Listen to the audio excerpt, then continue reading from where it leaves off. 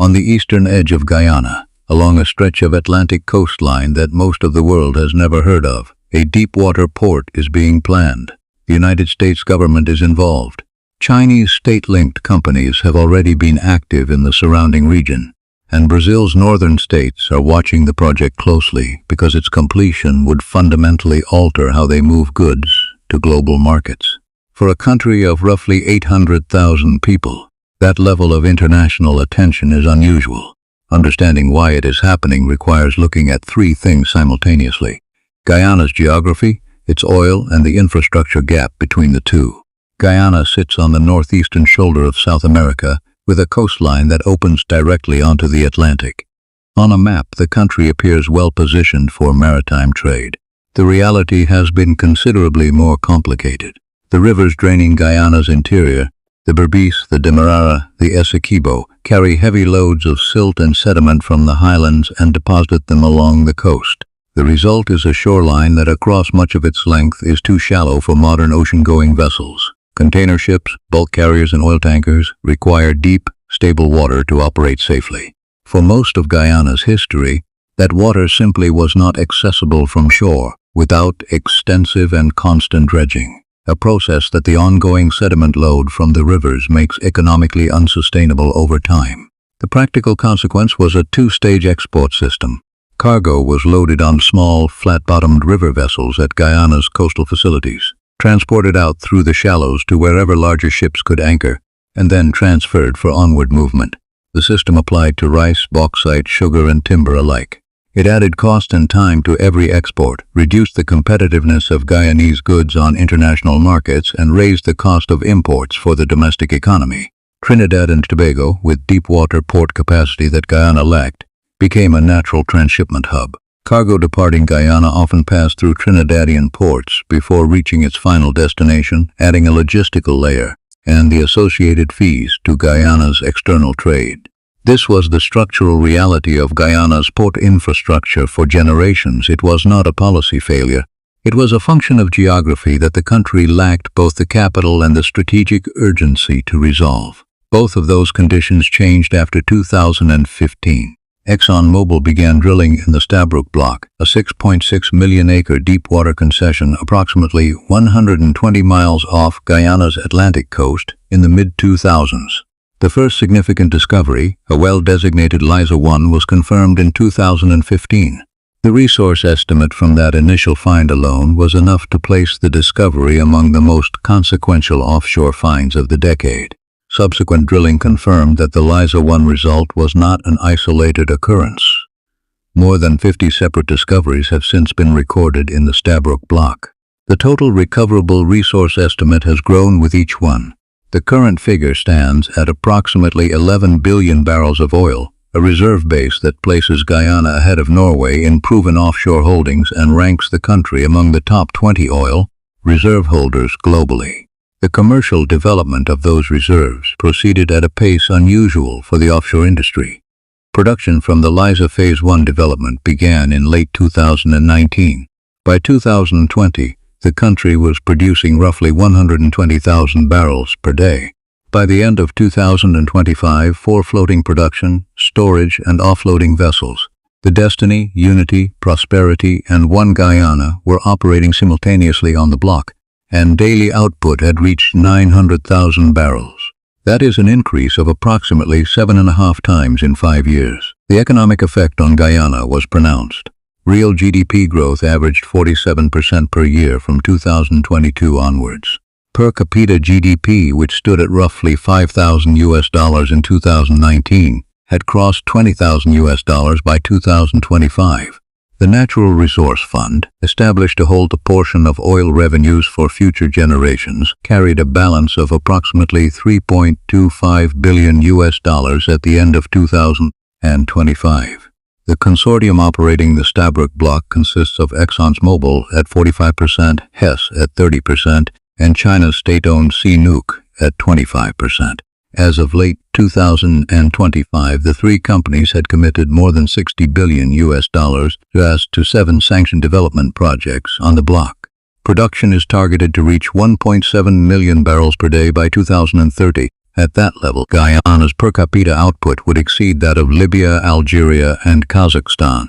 The scale of the oil development created an immediate and practical infrastructure problem. Moving 900,000 barrels of oil per day, and eventually 1.7 million, requires logistical capacity that Guyana's existing port facilities were not designed to provide. The same shallow coastline that had constrained the country's agricultural and commodity exports now stood between Guyana and the full commercial potential of its offshore industry. The case for a deepwater port had existed for decades. The oil gave the government both the financial means and the operational necessity to build one. The proposed Berbice Deepwater Port is situated at the mouth of the Berbice River in Region 6, the East Berbice Corntine area of Guyana. The site was selected because the river mouth offers proximity to the point where Guyana's shallow coastal waters give way to deeper Atlantic water. The engineering transition that the port's design must bridge.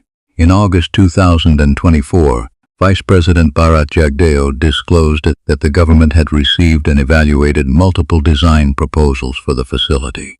The preferred approach, he stated, was a causeway model, a long pier extending outward from the shore past the shallow zone and into water deep enough for Panamax-class vessels and larger ships to berth directly. The alternative, dredging a deep channel through the coastal shallows, was assessed as impractical over the long term because the region's sediment load would progressively refill any dredged channel, requiring continuous and expensive maintenance. The causeway model carries higher upfront construction costs. Its advantage is lower life cycle cost and greater operational reliability. It does not require the facility to continually fight the underlying geology. As of October 2025, the port's design was still being finalized. Construction had not yet begun on the deepwater component, however. Related port development in the region had already moved into an earlier operational phase. Two of Guyana's established shipping and logistics companies, John Fernandez Limited and Munishwas Limited, formed a joint venture called Cranes Guyana Inc. and committed $285 million to a port facility in Berbice. President Irfan Ali announced in April 2025 that the groundbreaking for this facility was imminent and that the project would create 1,000 direct jobs in the Berbice region. The jobs involved crane operators, ship pilots, logistics coordinators, mechanical technicians, customs officers, and warehouse managers are skilled positions that carry wages and career prospects substantially above the regional average. Operational trials at related port infrastructure in the region had already commenced in November 2024 when the first loading and discharging of gearless vessels was conducted, testing protocols and procedures ahead of the larger development. The Berbice Port and the Berbice Deepwater Port are related but distinct projects. The former, led by local private investors, is the near-term development. The latter, involving international engineering expertise and serving the oil sector and heavy cargo trade, is the longer-term strategic facility. Both are part of the same development zone and are intended to function as complementary infrastructure. The international firm engaged to lead the technical design and assessment work for the Deepwater Port is Bechtel Corporation, an American engineering and construction company headquartered in Reston, Virginia. Bechtel has designed and managed large-scale port infrastructure on multiple continents, including deep water facilities in Saudi Arabia, the United States, Australia, and the United Arab Emirates. The company's experience with the specific engineering challenges associated with deepwater port construction, soft soils, tidal variation, open ocean structural loads, and long-term maintenance requirements is directly applicable to the Berbice project. The working relationship between Bechtel and the Guyanese government began in 2020 when company executives met with President Ali and cabinet members to discuss infrastructure development opportunities. Discussions continued through subsequent years. In July 2025, Bechtel's President of Regions and Corporate Relations, Justin Cyberell, met with President Ali at State House in Georgetown to provide a formal update on the port's progress. Following that meeting, the President stated publicly, "This project is of national, regional, and hemispheric importance. We must move forward as quickly as possible to ensure construction begins and is completed in the shortest possible time." Bechtel's involvement in Guyana's port development is significant on two levels. The first is technical. The company brings demonstrable experience in designing infrastructure of the complexity and scale that the Berbice project requires. The second is geopolitical. Bechtel is not a neutral commercial contractor in the way that a local engineering firm might be. It is one of the most strategically significant American private sector companies operating internationally, with a long-standing relationship with the U.S. government across energy, defense, and infrastructure projects. Its presence as the lead technical partner on Guyana's most sensitive piece of infrastructure carries implications beyond engineering. Bechtel's involvement in the Berbice project cannot be fully understood without reference to the broader pattern of Chinese infrastructure investment in Guyana and the wider region. China's Belt and Road Initiative, launched in 2013, is the largest international infrastructure finance program in recorded history. Between 2013 and 2021, China directed $679 billion toward infrastructure projects in transportation, energy, and related sectors across partner countries. The United States committed $76 billion to comparable international infrastructure over the same period, roughly 11 cents for every dollar China spent. Guyana joined the Belt and Road Initiative in 2018. In the years that followed, Chinese state-linked firms became active across several sectors of the Guyanese economy. China Harbor Engineering Company renovated and expanded the Chedijigan International Airport, producing a runway exceeding 10,000 feet in length. Security analysts have noted that a runway of that specification is capable of handling Chinese military jet aircraft, in addition to its commercial function. The airport serves civilian purposes. The dual-use potential of that infrastructure is an observation made by Western security assessors, not a stated Chinese objective. Zijin Mining, a Chinese firm, acquired goldfields in Guyana in 2020 and subsequently expanded its interests into lithium and rare earth minerals. Chinese companies invested in the former Pegasus Hotel in Georgetown, committing approximately $100 million to its expansion. By 2024, bilateral trade between Guyana and China stood at $1.4 billion, nearly 4 times the 2019 figure. Direct Chinese investment in Guyana rose from $256 million in 2019 to $10.6 billion in 2024. In October 2024, 3 Chinese state-linked companies, China Road and Bridge Corporation, China Railway Construction Caribbean Company Limited, and China Railway First Group Company Limited, submitted bids for the construction of a new bridge over the Berbice River. In December 2024, China Road and Bridge Corporation was identified as the preferred contractor for the Corentyne River Bridge, a $236 million project that will physically link Guyana to Suriname. Construction is expected to take approximately 3 years, with completion projected around 2027 or 2028. The pattern of Chinese involvement, airports, hotels, mining, bridges, and early feasibility work on the Berbice Deepwater Port itself is the context within which Bechtel's appointment as lead technical partner on the Deepwater project should be read. A security analyst interviewed by the Diálogo Americas Journal in early 2025 described the broader concern as follows. We are talking about possible dual-use infrastructures, which have civilian purposes, but which could be used by the Chinese military to project power in the region. The United States has been explicit, through various policy statements and through its Partnership for Global Infrastructure and Investment program, a G7 initiative that has mobilized more than $60 billion since 2021, that it intends to compete with Chinese infrastructure financing in strategically sensitive regions. Guyana, with its oil reserves, its Atlantic access, and its proximity to the North American sphere, qualifies as strategically sensitive. Bechtel's position as the lead designer of Guyana's Deepwater Port is, in that context, not only a commercial arrangement. It is consistent with a deliberate American strategy to ensure that the infrastructure most critical to Guyana's economic future and to the broader logistical structure of the region is designed, built, and operated within an American-aligned framework rather than a Chinese one. Guyana's government has managed this dynamic by accepting Chinese investment in some categories of infrastructure while directing the Deepwater Port, the highest value and most strategically sensitive project to an American firm. That is a calibrated position. Whether it remains sustainable as the scale of investment on both sides continues to grow is a question that Guyanese policymakers will be navigating throughout the next decade.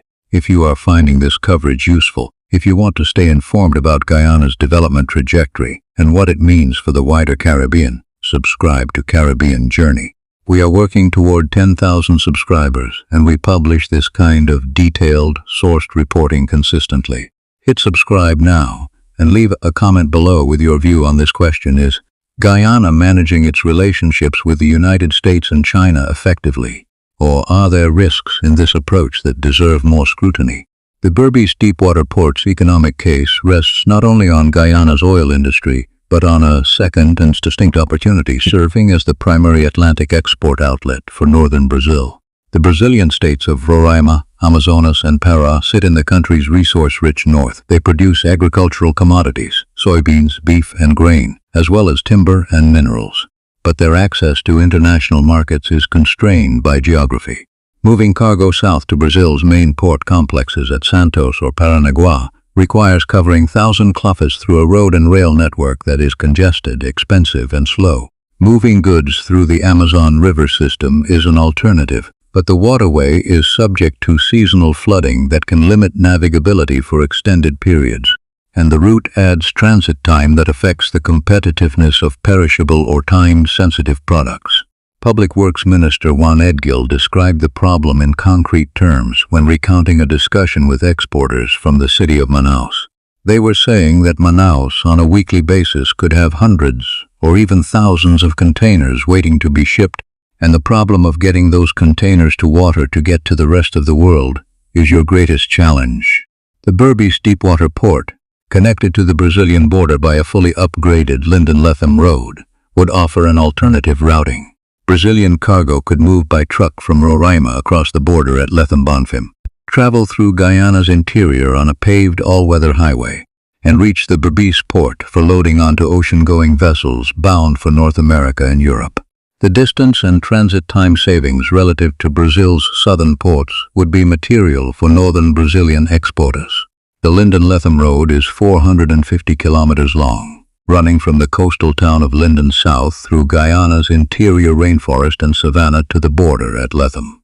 For most of its length, it has historically been an unpaved track that becomes difficult or impassable in the rainy season. The full journey from Linden to Lethem currently takes more than 12 hours under reasonable conditions. The government has begun upgrading the corridor in phases.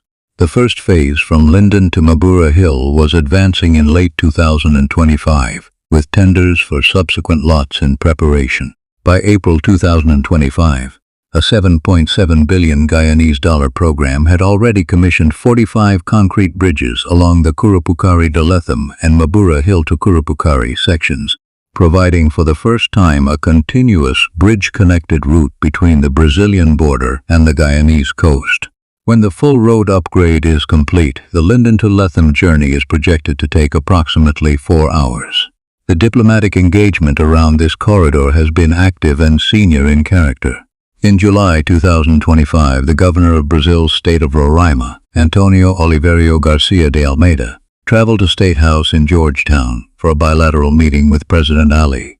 The agenda centered on the Linden-Lethem Road. The two governments committed to a joint working group, a memorandum of understanding on expanded cooperation, and improved customs and immigration procedures at the Lethem-Bonfim border crossing. The governor's personal attendance at the meeting, accompanied by the state's secretaries for investment, agriculture, communications, and military affairs, indicates the degree of priority that Roraima attaches to the corridor's completion. The Correntine River Bridge, with its expected completion around 2027 or 2028, extends the connectivity picture further. Once operational, the bridge will provide a road link between Guyana and Suriname, potentially drawing cargo and trade flows from Suriname and French Guiana into the Berbice Port's catchment area as well. The combined effect of these infrastructure projects, the Deepwater Port, the upgraded internal road, the Brazil border crossing, and the Suriname Bridge, is to position Guyana as a transit hub for trade between South America's northern interior and the Atlantic Ocean. The volume of cargo that could potentially move through such a corridor would significantly exceed what Guyana's domestic economy alone would generate. The Berbice Deepwater Port is the centerpiece of a broader industrial development program that the Guyanese government is planning for Region 6. The first component is energy supply. President Ali has publicly stated that a second gas pipeline, drawing from the Stabroek Block's offshore gas reserves, is planned for the Berbice region. The first gas-to-energy project, located at Wales on the west bank Demerara, is already under construction, though it has encountered onshore delays. The second pipeline, targeting Berbice, is intended to supply the region with domestically produced natural gas at a cost substantially below what the country currently pays for imported fuel oil. The president has said he aims to have this infrastructure operational before 2030. Affordable gas supply is foundational to the industrial plans for Berbice. Without reliable, cost-competitive energy, the downstream industries the government is planning cannot operate economically. The second component is an artificial intelligence data center. In April 2025, President Ali announced that Guyana's first AI data center would be built in Berbice, powered by gas from the second pipeline. Data centers require large, continuous, and relatively cheap power supplies. They also require high-quality connectivity infrastructure. Their presence in a region attracts technology sector investment and creates employment in technical and engineering roles that are distinct from the port and energy sectors. The third component is petrochemical and fertilizer production. The government's industrial plan for Berbice includes using domestically produced gas as feedstock for petrochemical processing and fertilizer manufacturing. The agricultural context for fertilizer production is relevant. Northern Brazil and Guyana's own farming sector represent a substantial regional market for agricultural inputs. A domestic fertilizer industry would reduce import costs and could generate export revenues.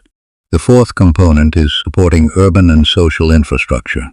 A 4-lane highway connecting New Amsterdam to Mollison Creek, the area where the Quarantine Bridge will link to Suriname, is in planning and early development.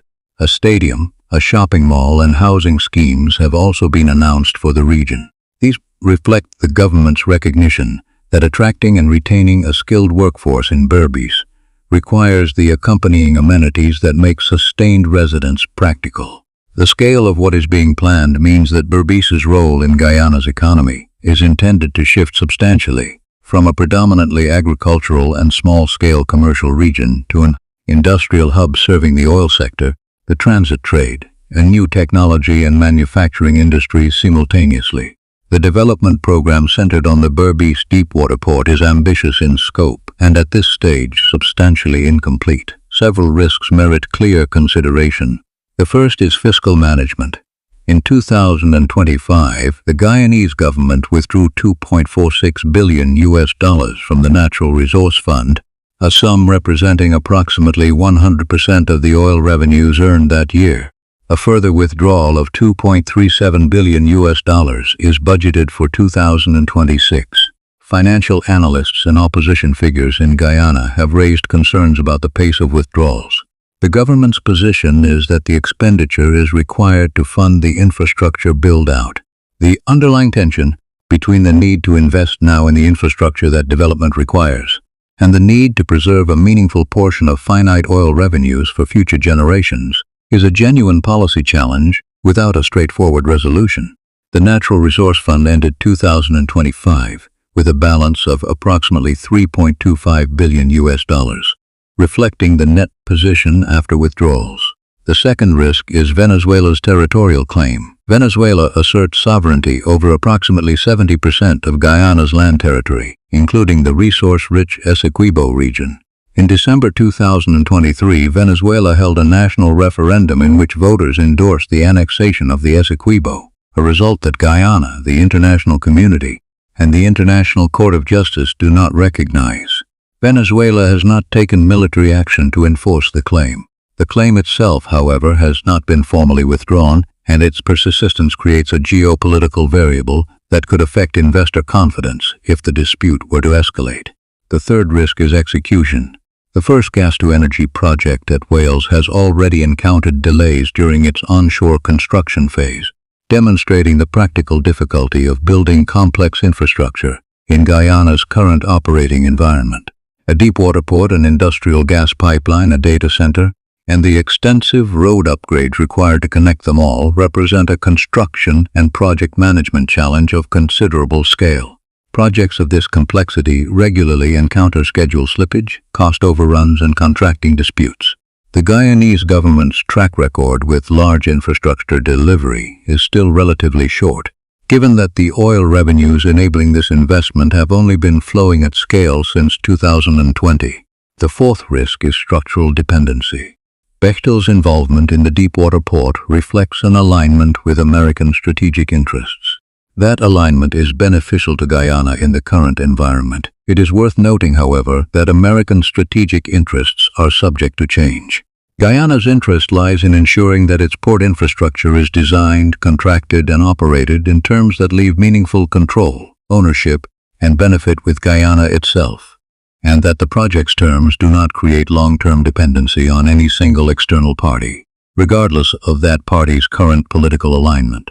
The Berbice Deepwater Port matters to Guyanese nationals living abroad for reasons that extend beyond infrastructure policy. The port, if constructed as planned, would create employment in Berbice sectors: port, logistics, energy, technology, engineering, and manufacturing that have not historically existed there at scale. Many members of the Guyanese diaspora left the country precisely because those kinds of career opportunities were not available. The port's development changes that calculation in a material way, not theoretically, but in terms of the specific job categories and industries that deepwater ports and their associated industrial zones generate. The port also reduces the cost disadvantage that Guyanese agricultural and commodity exporters have faced relative to competitors with better port access. Lower shipping costs and direct access to large vessel routes makes Guyanese products more price competitive in international markets. That is a direct benefit to farmers, producers, and the rural communities that depend on export income. For the wider Caribbean, Guyana's trajectory is relevant as a data point on what oil revenue-funded infrastructure development can look like when it is approached with a coherent strategic plan. The risks are real and the plan is incomplete, but the pace of investment is substantial. The international interest confirms the strategic value of what is being built, and the infrastructure being created, the port, the road, the bridges, the energy supply, addresses constraints that have limited Guyana's development for generations. What accountability looks like in this context: ensuring that contracts are transparently awarded, that local content requirements are enforced, that the Natural Resource Fund is managed with genuine long-term discipline, and that the jobs being created go to Guyanese workers, is a matter for close and sustained public scrutiny. The diaspora, which maintains active connections to Guyana and in many cases has significant economic and family stakes in the country's trajectory, is a legitimate participant in that scrutiny. Guyana is currently producing 900,000 barrels of oil per day from the Stabroek Block, with production targeted to reach 1.7 million barrels per day by 2030. The country holds approximately 11 billion barrels of recoverable reserves. Its per capita GDP has quadrupled since 2019. Against that backdrop, the government is designing a deepwater port at the mouth of the Berbice River with Bechtel Corporation as the lead technical partner. Two local companies are investing $285 million in the adjacent port facility, with a groundbreaking expected imminently as of mid-2025. Chinese state-linked companies have secured bridge construction contracts in the region and hold existing infrastructure positions elsewhere in the country. Brazil's northernmost state is pursuing a formal cooperation framework to use the corridor connecting its border to the Berbice coast. A second gas pipeline, an AI data center, petrochemical plants, and supporting urban infrastructure are all in various stages of planning or early development around the port zone. The Berbice Deepwater Port is not yet built. Its design is still being finalized. The risks associated with its development, fiscal, geopolitical, and operational, are genuine. But the infrastructure gap it is intended to close is real. The financial capacity to close it now exists, and the international attention the project has attracted reflects the assessment of multiple major governments that what is built at Berbice will have consequences well beyond Guyana's borders. Subscribe to Caribbean Journey for continued coverage of Guyana's development and the wider Caribbean economy. We are building toward 10,000 subscribers, and we cover these stories with the detail and accuracy they deserve. Leave a comment with your assessment. Given the scale of Chinese investment already in Guyana and the American strategic interest now formally embedded through Bechtel, how should the Guyanese government approach these relationships going forward? What terms should Guyana be demanding?